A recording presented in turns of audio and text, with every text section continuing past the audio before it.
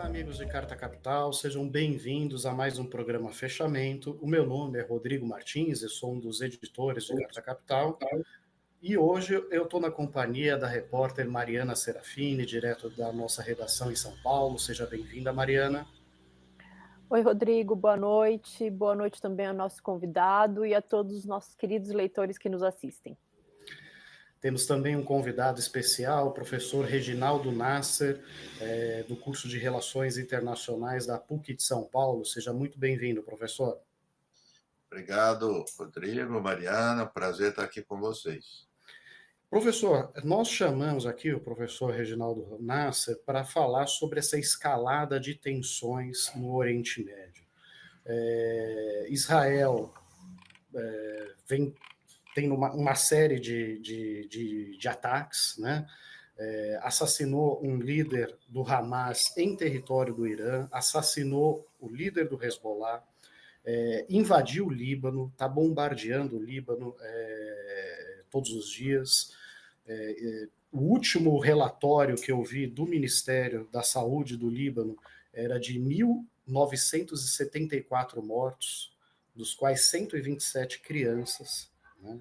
E aqui não se pode pegar e falar assim, não, mas isso daí é número do Hezbollah. Não é, porque o governo do Líbano não é controlado pelo Hezbollah.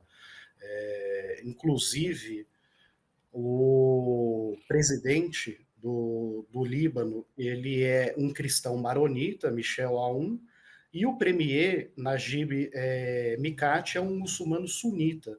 Né? O Hezbollah ele é um grupo muçulmano xiita, e acho que desde o fim da Guerra Civil libanesa, existe essa percepção de ter um poder compartilhado, né, professor? Cada grupo étnico e religioso ter uma representação do governo, né? É a cor de taifa. Tem um equilíbrio, né? Faz uma série de equilíbrio. Então, o Hezbollah participa do governo, mas em outros setores, né? E sempre divide a presidência, primeiro-ministro, e no quadro dos ministérios também é um equilíbrio. Uhum. Agora, professor, o ministro das Relações Exteriores do Líbano, Abdallah Habib, disse à rede americana CNN que o líder do Hezbollah, Hassan Nasrallah, concordou com um cessar-fogo poucos dias antes de ser assassinado por Israel.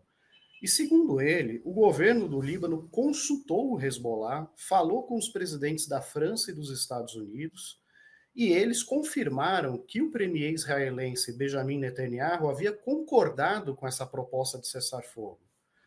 Se esse relato estiver correto, e até agora nem Biden nem o presidente Macron desmentiram esse relato, isso apenas reforça a percepção de que Netanyahu não quer paz alguma, né? Ele quer a guerra, ele busca a guerra. Qual que é o interesse dele? É reconfigurar o mapa do Oriente Médio? Bom, Rodrigo, isso é bem plausível, como você disse, os relatos, as testemunhas e tudo mais, mas vem a confirmar aquilo que nós já estamos presenciando há muito tempo, e mais particularmente desde o 7 de outubro para cá. E o que é? Netanyahu, representando o governo de Israel, faz o que quer, absolutamente. Acabou de o governo de Israel dizer que o Israel só tem coisa inédita. Hoje eu estava pensando, só inédito. Que o secretário-geral da ONU não pode entrar em Israel. Ele acusa o secretário de cumplicidade com o terror, eles vão à tribuna da ONU e falam mal da ONU. Gaza foi o maior número de jornalistas mortos, maior número de trabalhadores humanitários mortos, maior número de crianças, todos os recortes possíveis. Né?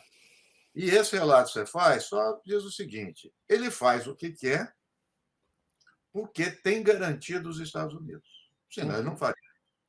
Né? E essa é a primeira questão. E a segunda é porque não há um outro poder capaz de freá-lo. Não há ninguém com força militar ou econômica que queira enfrentar, barrar, contrarrestar o Netanyahu. E no caso relatado por você, só podemos concluir o seguinte, e tudo leva a crer isso. Ele tinha as informações da inteligência israelense, que se infiltrou dentro do Hezbollah e, portanto, era dado como certo que o Nasrallah ia ser assassinado. Estava muito claro isso. É que ele estava, quando ele vai para a ONU, ele pede lá uma ligação para confirmar e autorizar o assassinato do Nasrallah. Claro, isso é um desequilíbrio de força, que não tem princípio de direito, não tem absolutamente nada. Ele viu que o Nasrallah estava na mão dele, o Hezbollah, ele não vai fazer acordo nenhum. O acordo só vem se você ter uma força contrária eficiente que faça isso, né? Que foi o caso de 2006, que Israel teve que sair do Líbano, teve que parar a guerra. Mas porque estava sofrendo revés. Não teve ONU, não teve bom senso, não teve nada, absolutamente nada disso. Então, tem todo sentido que essa notícia que você está dando. Professor, se o Netanyahu está fazendo o que ele quer, com o respaldo dos Estados Unidos, sem que tenha um inimigo com potência militar o suficiente para enfrentá-lo, a gente está correndo o risco de ver isso se tornar uma guerra regional de fato, e aí corre-se o risco de Estados Unidos e Rússia entrarem na jogada? Não, veja só. Em primeiro lugar, é o seguinte: acho que até a questão dos pagers foi um divisor de águas. Não que a questão em si, mas o que ela explicitou é que o Israel entrou no sistema de comunicação do Hezbollah e, a partir daí, tudo o que ocorreu. Veja, o Hezbollah tem a estimativa é de 150 a 200 mil mísseis. Na sequência dos pagers, Israel começou a atacar e eu, sinceramente, eu não vi até agora. Não é que foi derrubado um avião israelense. Não foi lançado um míssil antiaéreo, nenhuma bateria antiaérea do Hezbollah. Quer dizer, o Hezbollah está tentando agora em combate no corpo a corpo, aí sim, no terreno. Então, desmontou o Hezbollah. Pelas conversas e pelas declarações que a gente tem lido, o mesmo em relação ao Irã. Quer dizer, o Ahmadinejad, ex-presidente Ahmadinejad, claro que ele é opositor ao governo do Irã, ele deu uma entrevista dizendo que tinha infiltração do Mossad no serviço de inteligência do Irã.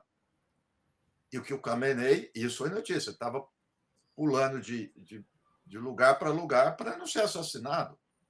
Então, ou seja, o chamado eixo da resistência começou a desmontar, né? Que eram os Houthis, Hezbollah, Irã e as milícias ali no Iraque e na Síria.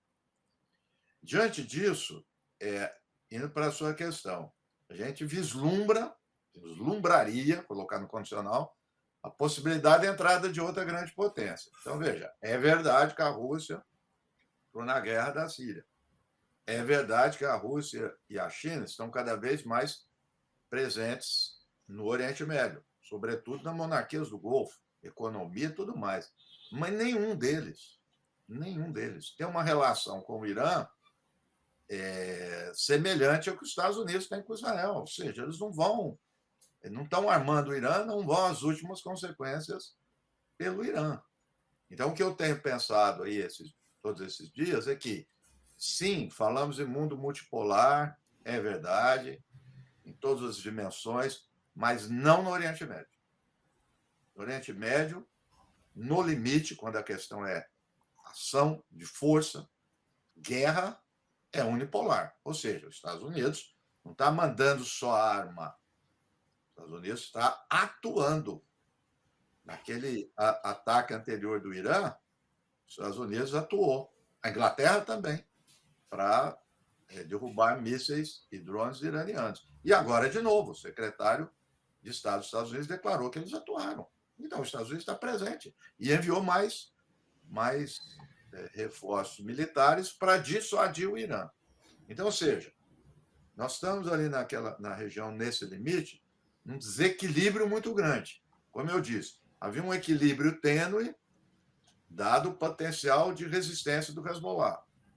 Isso já caiu por terra. Quer dizer, ele pode resistir à invasão, mas ele não está resistindo aos ataques de Israel incessantes. O Irã deu uma resposta importante, mas ainda é um jogo, porque os Estados Unidos pode entrar ao lado de Israel. Travou? Acho que o professor perdeu a conexão. Nós vamos continuar aqui. Eu vou aproveitar que o professor tá fora do ar para passar aqui alguns informes que o Kaká encaminhou para mim. O primeiro é que o avião com repatriados do Líbano deve chegar ao Brasil neste sábado. A aeronave modelo KC-30 já saiu na madrugada desta quarta-feira da base aérea do Galeão, no Rio de Janeiro. Até onde eu saiba, tem uma escala em Portugal, né? Espera ali o momento mais propício para fazer o primeiro resgate. Lembrando que, assim, acho que vai ter que fazer várias viagens, porque, salvo engano, tem pelo menos 3 mil brasileiros que solicitaram apoio do governo brasileiro para retornar ao país. E também o professor Reginaldo Nasser, que estava conversando aqui conosco, ele gravou um vídeo para o canal da Carta no YouTube, falando exatamente sobre esse tema que ele estava dizendo antes, da falha da multipolaridade no Oriente Médio. Então é um vídeo que realmente vale a pena vocês acompanharem, e já está disponível no nosso canal. E aproveitando também aqui o comentário do Carlos Almeida, que diz: o Guterres é persona não grata em Israel. Guterres, Antônio Guterres, secretário-geral da ONU, isso porque o governo israelense declarou ele uma persona não grata. E prossegue o Carlos Almeida: uma glória que só Lula tem. Mas, Carlos, eu acho que, assim, não precisa muita coisa para você ser considerado uma persona não grata em Israel, né, Mária? Eu acho que Israel tem sido um pouco hostil com relação a qualquer pessoa que não concorde com o projeto de guerra e de expansão de território deles. Inclusive, um dado triste, grave dessa guerra, o Líbano anunciou que nos últimos bombardeios Israel matou 40 socorristas em Beirute e em outras regiões do país. Nesse último ano foram 97 socorristas. Então, isso, não são só alvos militares, né? Tem muitos civis morrendo, sendo vitimados nessa guerra. Imagina, eu vi na CNN um prédio residencial que foi bombardeado, porque tinha um integrante do Hezbollah lá. Só que, assim, era um prédio residencial no centro do Líbano. Não vivia lá só esse integrante do Hezbollah. Mas isso, assim, cá entre nós, nunca foi a preocupação de Israel. Porque na faixa de Gaza, o último balanço que eu vi era de 41 mil mortos. Né? E pelo menos 60%, 70% eram mulheres e crianças. Então, enfim, né? Mas aí vão falar que é um número divulgado pelo Hamas e por aí vai. Temos o professor Reginaldo Nasser de volta. E, professor, voltando aqui ao tema do Netanyahu, né, que tem todo esse poder, que faz o que bem entende e tal. O senhor acha que ele está também se aproveitando do contexto da eleição nos Estados Unidos para poder fazer o que bem entende? Estados Unidos tem interesse, de fato, que ele fique alastrando, ampliando essa guerra no Oriente Médio? Ou o Biden está ali meio que pressionado por conta das eleições, não pode negar ajuda para um aliado, até porque o Trump acusaria, né, o governo americano de abandonar Israel neste momento? Olha, Rodrigo, eu vou inverter a questão que comumente se diz. Eu vou dizer convicção aí, igual o Moro. Um argumento para inverter a questão. Os Estados Unidos, mais particularmente, quem está no poder são os democratas, estão usando Israel. Se diz muitas vezes que Israel usa os Estados Unidos, o lobby. Eu não compartilho com isso, não. Israel é usado pelos Estados Unidos.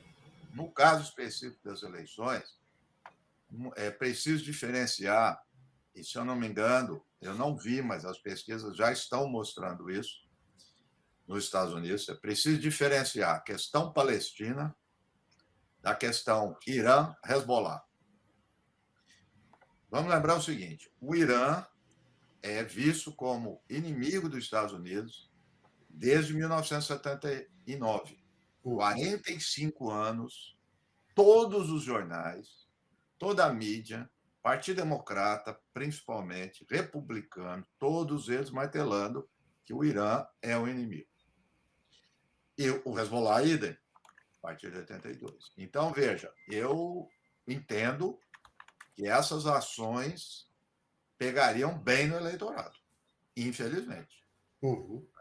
Quer dizer, então não é o Netanyahu que está fazendo e coisa, está autorizando. Eu me lembro, logo no início da semana, antes um pouco da ação de Israel, que o Biden disse que torcia para um cessar-fogo. Aí, quando Israel atacou, ele disse, mas eu entendo as razões estratégicas de Israel. Né? Ele não quer a invasão do Líbano, mas quando invadiu, ele disse que entendia o ponto de vista do Netanyahu. Então, os Estados Unidos usa isso e vai pegar bem na eleição. Eu não tenho dúvida nenhuma em relação a isso. Porque a questão palestina, mesmo a questão palestina que deu problema em tudo, é visto como genocídio, há um desequilíbrio muito grande e tal. Para os americanos, o Hezbollah e o Irã são todos poderosos. Não tem essa ideia de assimetria de poder, não tem a questão de direito de Estado, e não tem genocídio. Então, eu acho que eles estão usando isso e pode ser que a Kamala ganhe pontos, vamos dizer, no eleitorado mais não é só de direita, não, Uhum. de centro e até dos liberais intervencionistas. Uhum. O Irã tem tecnologia nuclear. Esse pode ser um alvo dos Estados Unidos, nesse caso de estar usando Israel, de querer atacar essa tecnologia que o Irã tem? Sim, eu vi essa especulação tem aparecido nos meios internacionais, e eu acredito que sim, não tem dúvida nenhuma. Quer dizer, lembrar que na década de 80, Israel o fez em relação ao Iraque, bombardeou instalações no Iraque.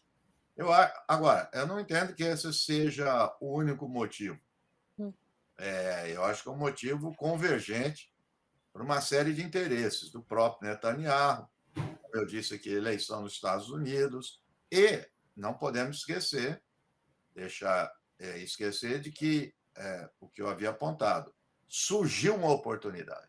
E essa oportunidade mostrou uma fragilidade no sistema de segurança tanto do Hezbollah como do Irã. Então, ou seja, apareceu a oportunidade. Houve uma oportunidade, é isso que eles estão dizendo em Israel. Tem que aproveitar. Os Estados Unidos também, não pode deixar. Quer dizer, o todo temido Hezbollah abriu flanco. O Irã, todo temido, também abriu um flanco. Então, é essa avaliação. E veja agora que os Estados Unidos, a declaração primeira foi dos Estados Unidos, hein? Que poderia atacar instalações petrolíferas do Irã. Não foi nem o Netanyahu que falou, foi o Biden. Então, olha, só para concluir essa parte, a gente pode conversar mais, mas a maioria dos colegas que eu converso estão divergindo de mim. Tomara que eu esteja errado. Tá pintando um Iraque 2003. Ou seja, o Irã está isolado. Eu não caio nessa onda, Israel está isolado. Isolado aonde? Discurso de ONU? Que xinga o Netanyahu. Quando o Netanyahu vai falar, todo mundo levanta. Todo mundo está mantendo as suas relações comerciais, econômicas e militares com Israel. Todo mundo. Ninguém rompeu. Nem a Rússia, nem a China. Quem apoia o Irã na região? Me falam um Estado. Ninguém. A Jordânia, pelo contrário, está ajudando Israel e Estados Unidos. As monarquias do Golfo estão quietas. Ainda bem. Se elas resolverem mexer, então, acabou. Não tem um Estado na região. Ninguém. E voltaram a falar em sanções. Claro que o Irã tem um poder muito maior, poder militar muito maior que o Iraque na época, muito maior. Mas não sei se é suficiente. Então, eu estou vendo um Iraque, um Irã repeteco do Iraque. Vamos lembrar, até a questão do Iraque, a Alemanha e a França ficaram contra. Mas os Estados Unidos e a Inglaterra foram lá. E a Rússia e a China ficaram olhando. Tudo bem, em 2003 a Rússia e a China, a Rússia ainda estava, mas não tinha esse poder. Mas eu duvido, eles vão ficar olhando. E agora a Alemanha, Inglaterra, a França, a Europa inteira está com os Estados Unidos. Estou muito pessimista com isso.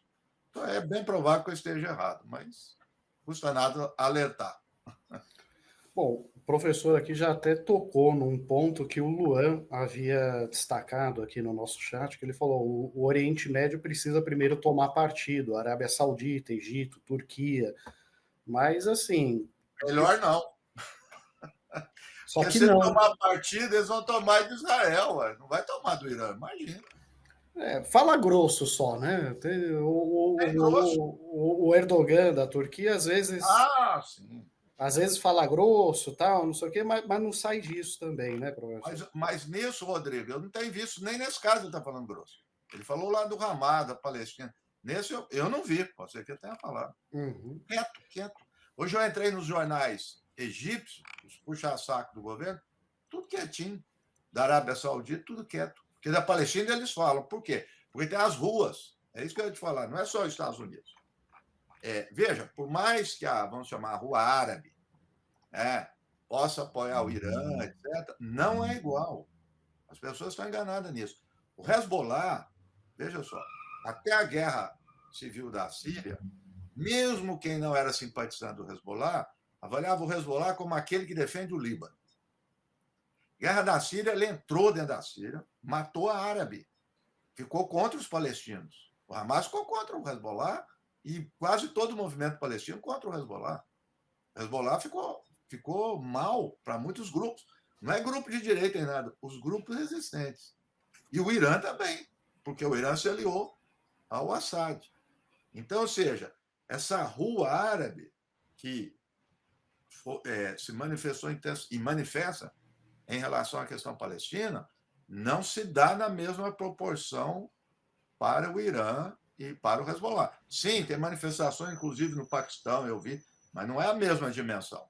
É isso que precisa ficar atento. 85% da população na Arábia Saudita é contra acordo com Israel e a favor do Estado palestino. Eu quero ver pesquisa em relação ao Irã e ao Hezbollah. Duvido. Professor, agora a pergunta do Carlos Almeida. Qual é o potencial militar do Irã? Existe chance de repetir o ataque com mísseis novamente? Mas, assim, eu nem assim, o ataque com mísseis, eu acho que sim, ele é capaz de fazer um novo ataque com mísseis, mas, assim, ele tem capacidade de resistir a um ataque desse? Então, essa é a minha questão, que eu estou colocando muito tempo. A capacidade do Irã atacar, segundo os analistas, pelo que nós vemos, é muito grande. Inclusive, ele pode fazer muito mais que fez agora, que atingiu algumas bases israelenses. Aí depende do ângulo que você olha. Né? Eu também disse o seguinte: foi lançado 200 mísseis, e mísseis hipersônicos. Vamos supor, atingiram 3 bases. É muito, é pouco? Não acho que é tão relevante, mas ok, atingiu. Mas ele pode atingir, ok. E o sistema de defesa do Irã? Nós não sabemos. Ele pode falar o que tem, mas nunca foi testado. O sistema de Israel está sendo testado. Israel e dos Estados Unidos são testados. Do Irã já não sabe. Entendeu? É isso que não dá. Não, o Irã tem um sistema de defesa. Então, eu tenho lembrado muito pensador francês, o Raymond Aron, que dizia para a gente diferenciar potência e poder. Eu tenho dito muito isso nesse caso. Potência é quando você bate uma foto e tem os números. Poder é aquilo em ação. Vamos ver. Ainda mais com esse serviço de inteligência, a fragilidade. Claro, agora, nesse momento, deve estar pegando Deus e todo mundo, mas veja bem, né? Assim, houve a morte do presidente do Irã, né? Houve a morte do líder do Hamas dentro do território do Irã.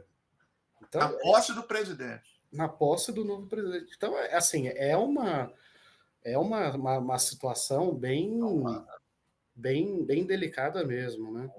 Muito, muito delicada. E aí é o nível da dissuasão que você joga.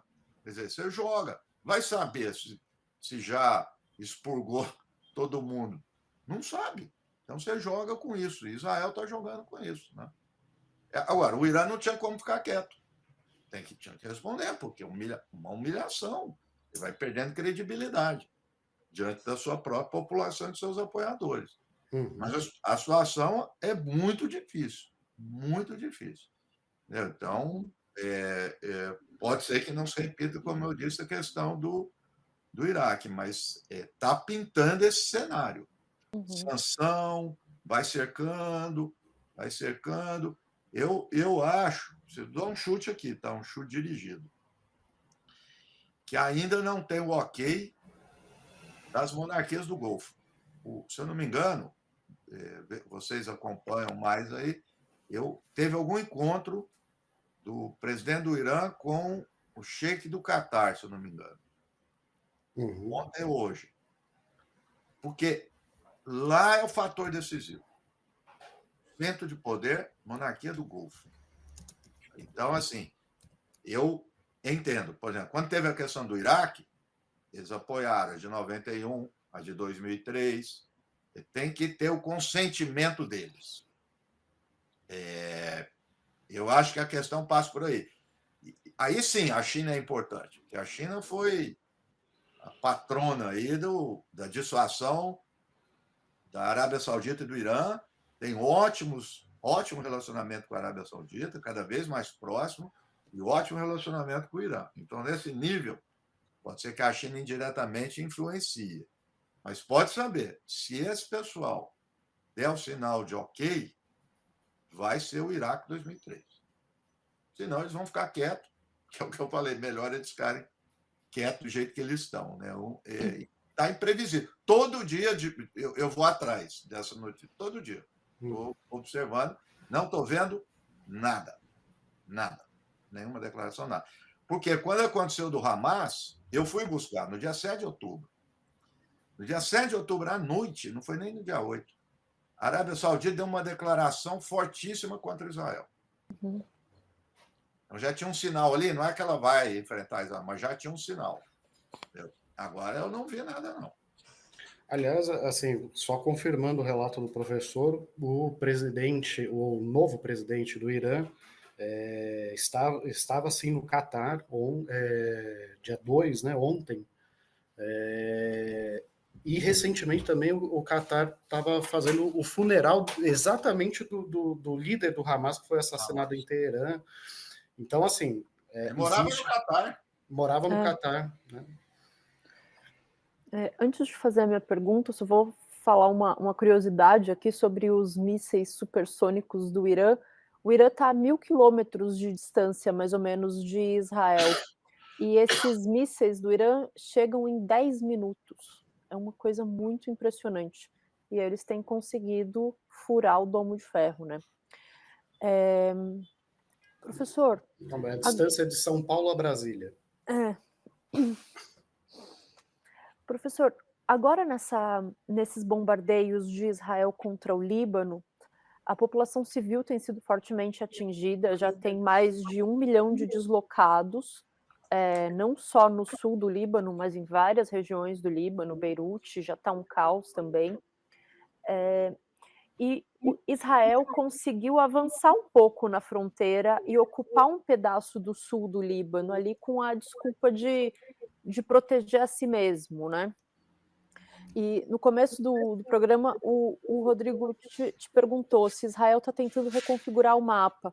Existe uma teoria da extrema-direita israelense, muito dos fundamentalistas, principalmente, que é a história da Grande Israel, né? Uma coisa bíblica, que seria Israel ocupando todo o território onde compõe a Palestina, incluindo a Cisjordânia, uma parte da Jordânia vai até o Egito. O Netanyahu, para se manter no poder, ele pode estar respondendo a essa extrema-direita israelense e trabalhando com essa expansão de fronteira nesse plano da Grande Israel, não que ele vá executar esse plano, mas com esse discurso, respondendo a essa extrema-direita? Olha, eu tenho, em vários assuntos, eu tenho, não vou dizer minimizado, mas relativizado essa coisa de ficar culpando a extrema-direita por tudo, até aqui no Brasil. Veja só, essa ideia do Grande Israel não é de extrema-direita. De uma boa parte, a maior elite de Israel, elite política e militar. Extrema-direita é mais bocuda, né? Conversa muito, fala muito e tal. A gente ouve. Veja só, 67, a Guerra dos 6 Dias, sempre é bom voltar a ela. Ocupação da Cisjordânia de Gaza, e depois Colinas de Golã e tudo mais, e veio 73 para expandir. Quem estava no governo? Trabalhista. Não era nem a direita. Não era extrema-direita nem direita, eram os trabalhistas. Então, a questão é o seguinte, Mariana. Na minha avaliação, ela é geopolítica, não tem ideologia. Se não houver resistência, vão embora, vai. Vão embora, vai tomando. Agora, uma outra coisa que Israel, nesse momento, deve estar fazendo, já está fazendo um tempo, vamos dizer assim, é voltar com uma outra tática, pouca gente está falando isso, da guerra civil do Líbano.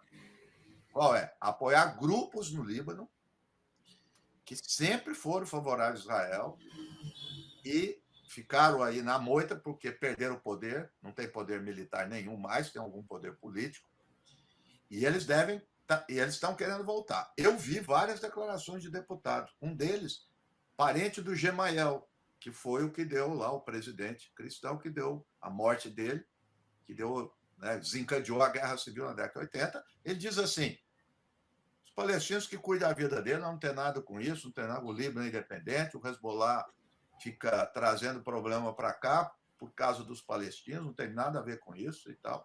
Então, Israel, nesse momento, com certeza, está com isso. Se você olhar o mapa de Israel, do Líbano, onde está bombardeando, você vai perceber que pega o sul, ali um pouco o leste, né, fronteira com a Síria, e Beirute.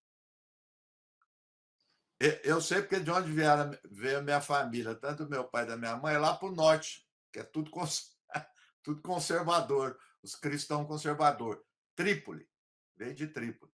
Trípoli, pode olhar, está limpinho. Limpinho, não tem nada lá naquela parte lá. Do coisa, tá? Claro, Beirute não dá para distinguir, porque é uma loucura, densamente povoados, que o Rodrigo está falando, está matando todo mundo.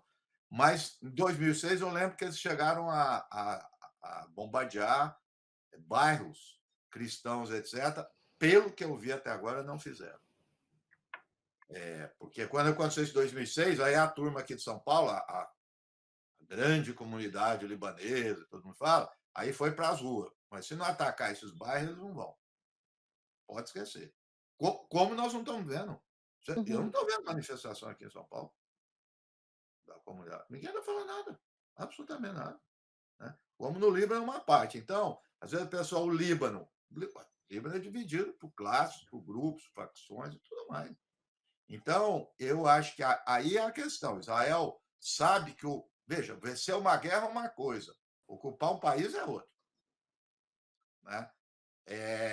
Tem um ditado árabe, eu não vou saber aqui reproduzir fielmente, para dizer: você pode conquistar um país montado num cavalo, mas você pode ganhar uma guerra montado num cavalo, mas para dominar o país você tem que descer dele.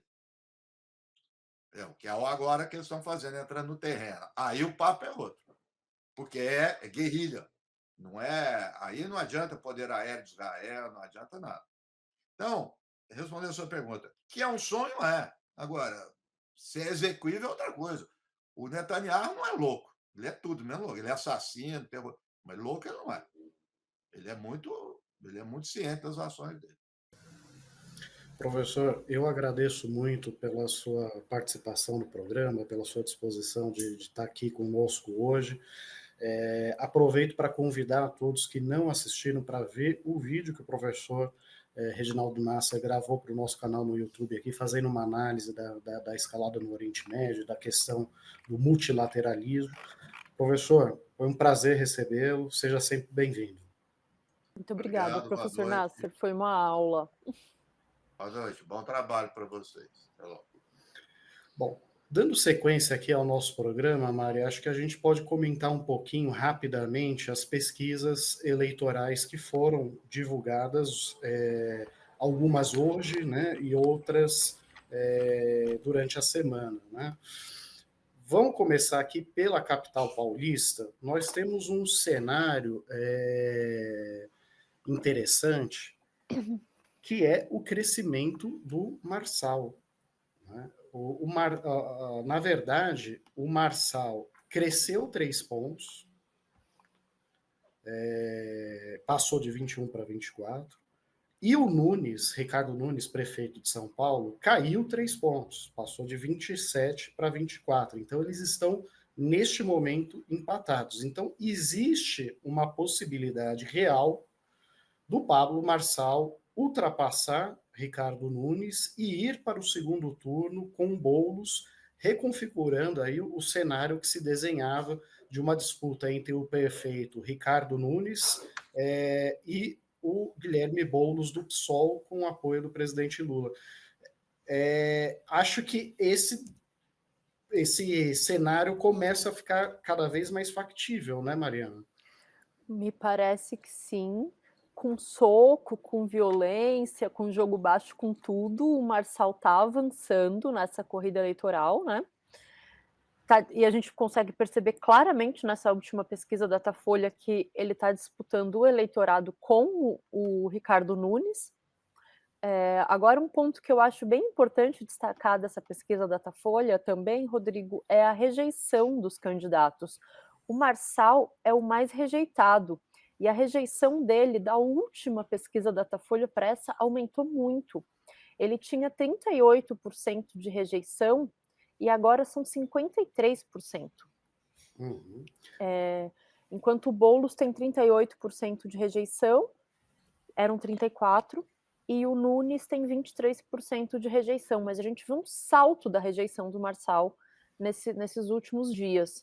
Não se sabe se é atribuído à violência do soco no debate que o media maker dele deu no publicitário do Ricardo Nunes, né, o Nahuel Medina, acabou agredindo o Duda Mesquita do Ricardo Nunes, e foi grave a coisa, e isso pegou mal em parte do eleitorado, mas ele, apesar de ter crescido na intenção de voto, também cresceu muito entre o público que não votaria nele de forma alguma. Bom, eu acho que assim, o ideal seria a gente analisar dois cenários, porque são dois cenários distintos, né? O primeiro é o que é o primeiro turno, né? E depois o segundo turno. No primeiro turno, Marçal foi uma campanha baseada nas redes sociais e justamente nesses episódios que a Mari destacou, ele ir para o debate tumultuar, ele ir para o debate e provocar adversários, né, provocar a cadeirada do Datena, depois ir para o outro ser expulso. Quer dizer, ele chama a atenção dessa forma. E a televisão, a propaganda na televisão, tá para terminar. Salvo engano, hoje é o último dia, ou amanhã, hoje é o último dia. Então, a partir de amanhã já não tem mais campanha na televisão. E vai ter só o quê? Rua e rede social. E na rede social, o Marçal é imbatível. Então, existe de fato uma possibilidade do Marçal ultrapassar o Ricardo Nunes e ir para o segundo turno. Tá? Boulos está garantido no segundo turno? Bom, as pesquisas mostram um empate técnico entre os três candidatos, né? Mas se você for reparar na evolução dos votos, quando o Marçal cresce, o Nunes cai. Uhum. Por quê? Porque eles disputam o mesmo eleitorado, né?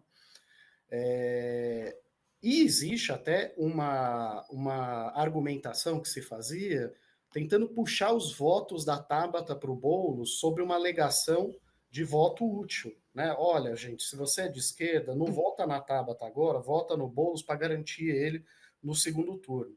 Mas olha que curioso. A Tabata também está crescendo, ela saiu de 9 para 11 pontos, e o Boulos oscilou para cima. Ou seja, a Tabata não está tirando votos do Boulos, pelo menos não nesse momento. Né? Aparentemente, ela está tirando votos do próprio Datena, que está naufragando, mas o Datena parece que já jogou a toalha há muito tempo, ele não tem paciência de fazer campanha e tudo mais. E esse cenário, aí falamos do segundo turno. Agora, o segundo turno é um cenário completamente diferente, porque lá, Boulos versus Nunes, o Boulos teria enorme dificuldade de superar o prefeito. Enorme dificuldade de superar o prefeito. Para vocês terem uma ideia, na projeção do Datafolha, deixa eu pegar o resultado certinho aqui, num eventual segundo turno, né, entre Boulos e... Fugiu o dado aqui. Bom, eu vou tentar resgatar aqui. Mas, num confronto de Boulos com Ricardo Nunes, o atual prefeito, Ricardo Nunes leva a melhor. E tem uma vantagem considerável. Né? Tanto que esse tem sido o argumento de campanha dele, né? O governador Tarcísio de Freitas, que é, na verdade, quem tem colocado a cara na campanha pela ala bolsonarista, entra na jogada sempre para dizer isso: olha, o candidato que derrota o Boulos é o Nunes no segundo turno. Exatamente. E aí, para vocês, o Kaká acaba de me passar aqui o dado que fugiu. Num confronto de Boulos e Ricardo Nunes tem 52% e Boulos tem 37%. Tá? Então, aí uma diferença bem significativa. Por que isso? Porque o eleitor do Marçal, que é um eleitor bolsonarista, aquele bolsonarista raiz mesmo, né? Ele não vai votar no Boulos de jeito nenhum. Né? Ele vai apoiar o prefeito. Agora, o eleitor que está com o prefeito neste momento não é exatamente o bolsonarista raiz. O bolsonarista raiz está com o Marçal. Ainda que o presidente Jair Bolsonaro, o ex-presidente Jair Bolsonaro esteja apoiando Ricardo Nunes, né, a militância bolsonarista, aquela militância mais cativa, está com o Marçal. Quem está com o Ricardo Nunes neste momento é sim um bom percentual dos bolsonaristas, mas muitos eleitores do que era o PSDB num passado recente em São Paulo. Né? Ou pessoas de uma direita civilizada, vamos dizer assim, uma direita que não tem tanto, enfim, tanto desprezo pela democracia. Tá? E também uma boa franja da periferia de São Paulo, tá? E isso é importante destacar, que está sendo beneficiada por obras da Prefeitura de São Paulo. Sim. A Prefeitura de São Paulo desapareceu 3 anos. Só que no último ano eleitoral, espalhou obra pela cidade inteira.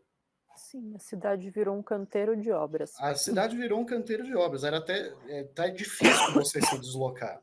E todas essas obras, obviamente, estão sendo inauguradas à véspera de eleição, um mês antes da eleição, um mês e meio antes da eleição, e por aí vai. Então, existe também o poder da máquina pública. Então, para o Boulos, derrotar Ricardo Nunes é muito mais difícil. Agora, no segundo turno, vejam só vocês, o Boulos ganha do Marçal e com relativa tranquilidade, pelo menos nessa projeção do Datafolha. O Boulos teria 48%, enquanto o Marçal teria 36%.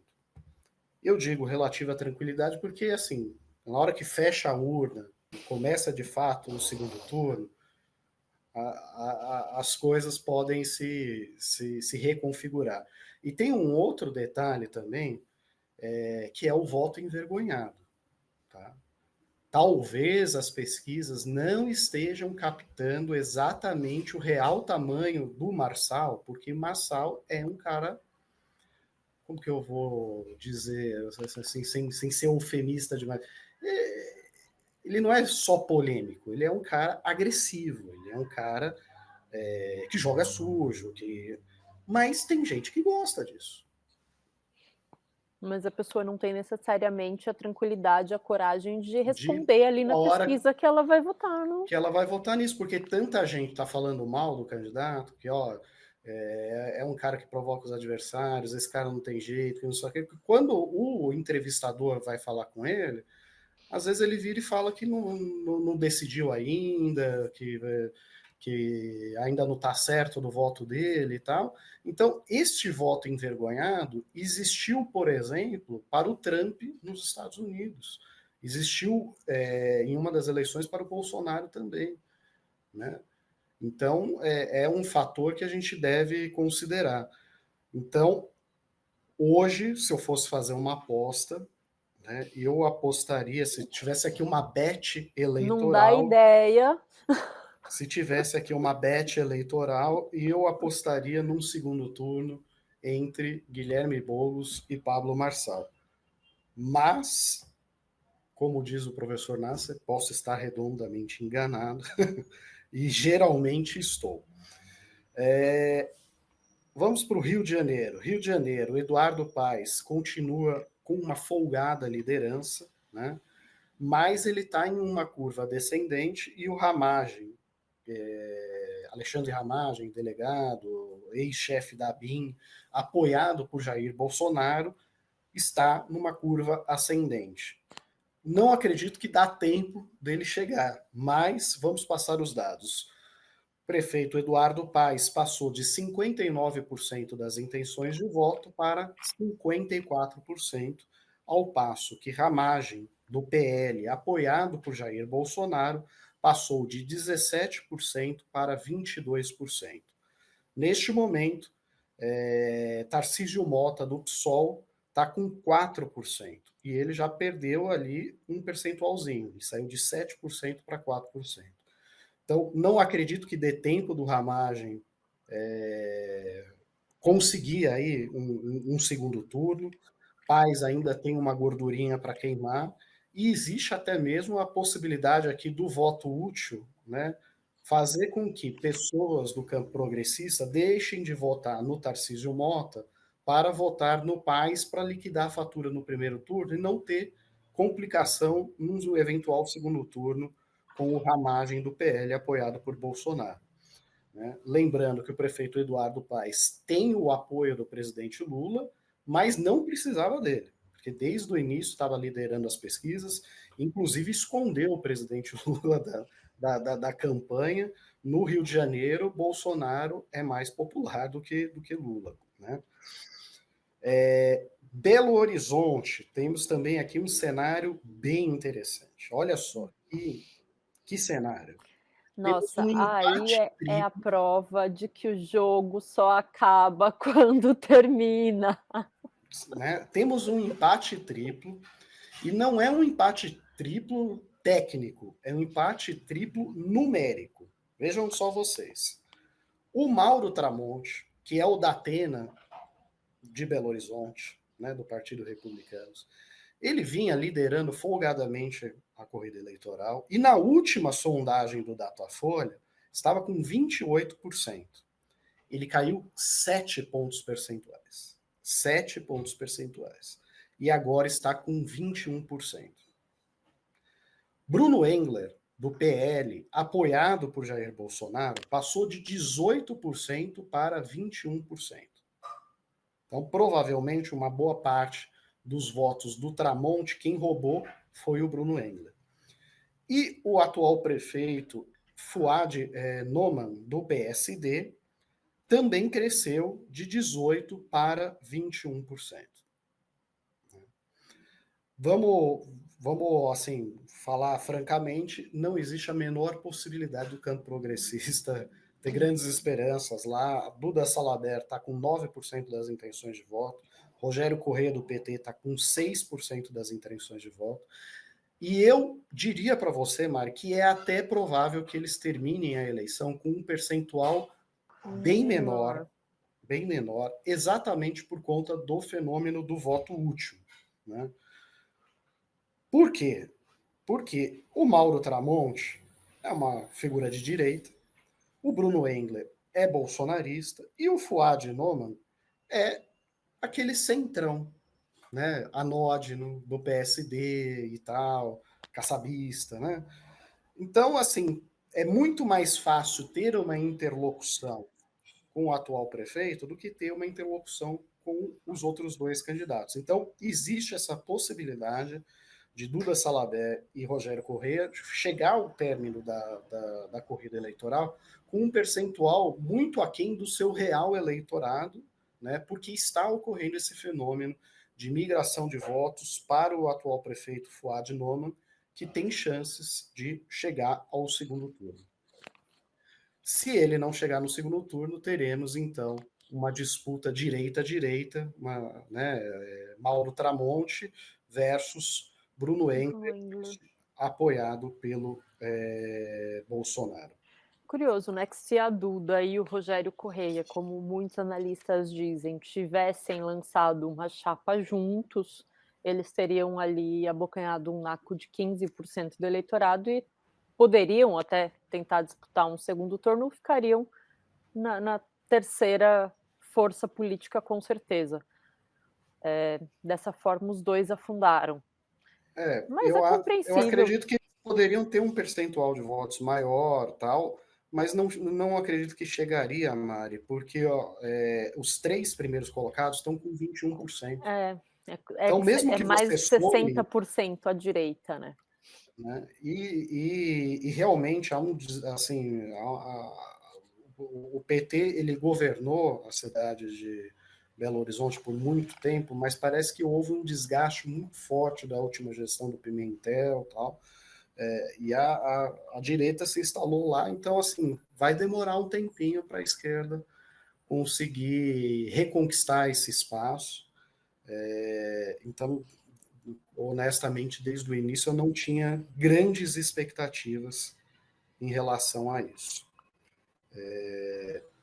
O Marcelo Ribeira diz, tá maluco? O Eduardo vai ganhar no primeiro turno. Só saindo de fora para ter dúvidas da vitória do Eduardo no primeiro turno. Mas eu tô falando que o Eduardo vai ganhar no primeiro turno mesmo. Não acredito que ele vá queimar essa gordura, né? Então não há discordância, Marcelo. Eu acho que ele vai ganhar no primeiro turno. E só estou observando que existe uma trajetória, né, ascendente do candidato bolsonarista Alexandre Ramagem e uma trajetória descendente, mas não acredito que haverá tempo para uma virada neste momento. Então, eu apostaria na bet eleitoral no Eduardo Paes, né, vencendo no primeiro turno. Agora, em Belo Horizonte, eu não apostaria dinheiro algum, porque esse cenário ele é muito, muito difícil, muito difícil. Cacá, perdemos o contato com a Mari, não?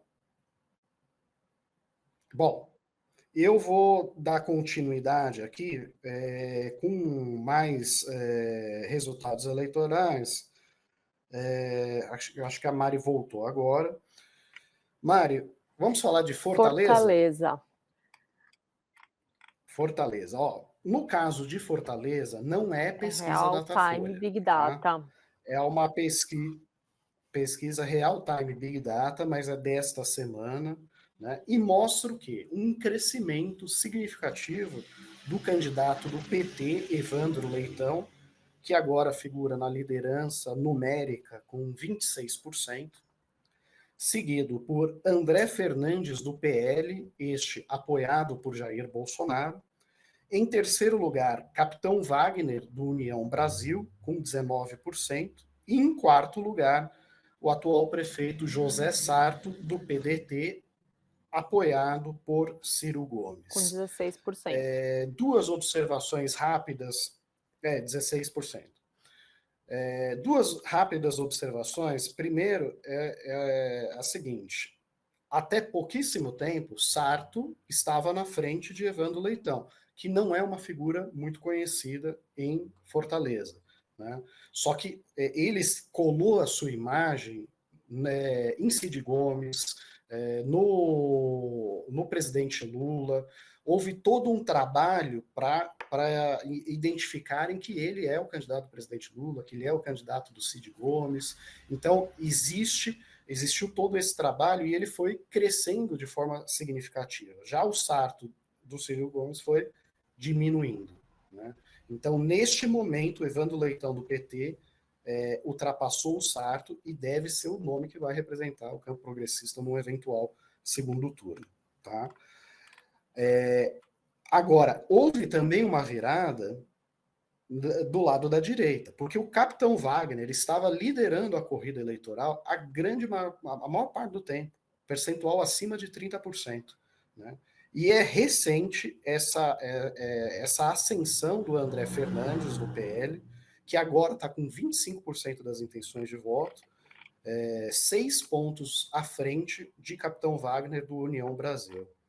Lembrando que o capitão Wagner sempre foi uma figura de direita, que tem um discurso muito focado na questão de segurança pública. Ele é um daqueles que liderou o motim dos policiais em Fortaleza, em alguns anos atrás. Só que ele se afastou de Bolsonaro, né, porque já várias vezes aconteceu dele largar bem, quase ganhar, mas não ganhar por ter uma certa rejeição a esse discurso um pouco mais radical. Então ele tentou suavizar a sua candidatura e se afastou um pouco de Bolsonaro. Mas aparentemente acho que acabou sendo um tiro no pé, porque ele corre real risco de ser ultrapassado por André Fernandes, apoiado por Jair Bolsonaro, e ser eliminado logo no primeiro turno. E no segundo turno, o petista Evandro Leitão ganha do bolsonarista André Fernandes, 42% a 39%, segundo essa projeção do Real Time Big Data, mas perde para capitão Wagner, 39% a 41%. Então, lá em Fortaleza também é mais conveniente para o campo progressista enfrentar o bolsonarista do que enfrentar a direita menos radical, vamos dizer assim, né, Mário? A direita que sabe comer que também aqui, faca. Se bem que eu nem sei se a gente pode dizer exatamente isso do capitão Wagner, mas enfim, não é o candidato bolsonarista, né? Recife, Datafolha de hoje, João Campos está praticamente eleito, né? Ele está com 74% das intenções de voto, jamais esteve abaixo de 70%. Então, assim, é uma eleição falas contadas, né? A Dilcio diz, Recife será a eleição para prefeito mais sem graça e previsível do Brasil em muito tempo. Dilcio, realmente, assim, aquela coisa que eu imagino que não deve ter nem debate, assim, né? Tipo, depois eu vou perguntar para a Fabíola, que mora em Recife, como é que é. Bom, pelo menos não dá treta, né? Não tem discussão na família, não tem nada, né? Só tem bullying na família. Vamos lá. Natal, vamos lá. Natal não tem um grande... Oi? Pode falar, Mari. Não, a gente só esqueceu de falar o segundo colocado do Recife, né? Que é o Gilson Machado, do PL, que está com 10% da intenção de voto. É verdade. O Gilson Machado, para quem não lembra, é o ministro sanfoneiro do Jair Bolsonaro, ministro do turismo, tal, que ele costumava aparecer nas lives de Bolsonaro, às vezes tocava sanfona e por aí vai. Em Natal, temos um outro cenário assim interessante, porque até pouco tempo, Natália Bonavides, do PT, né? Até pouco tempo, Natália Bonavides, do PT, apoiado pela governadora, apoiado por Lula, não estava conseguindo crescer nas pesquisas. Mas agora, vejam só vocês, ela está entre os 3 que estão tecnicamente empatados. Então, existe uma possibilidade de Natália Bonavides, do PT, ir para o segundo turno. De acordo com a pesquisa SETA, que foi divulgada há poucos dias, Paulinho Freire, do União Brasil, está numericamente à frente, com 30,2% das intenções de voto. Carlos Eduardo, do PSB, com 28,4%. E Natália Bonavides, do PT, com 28,1%. Né? Agora, essa diferença aqui, depois da vírgula, nem sei para que existe, porque dentro da margem de erro, né, assim, todos estão empatados, então existe, de fato, a possibilidade da Natália Bonavides, que está numa trajetória ascendente, conquistar uma vaga para o segundo turno. Em Porto Alegre, pesquisa Atlas Intel mostra Sebastião Melo, do MDB, o atual prefeito de Porto Alegre, com 32,4% das intenções de voto. Maria do Rosário, do PT, com 28,9% das intenções de voto.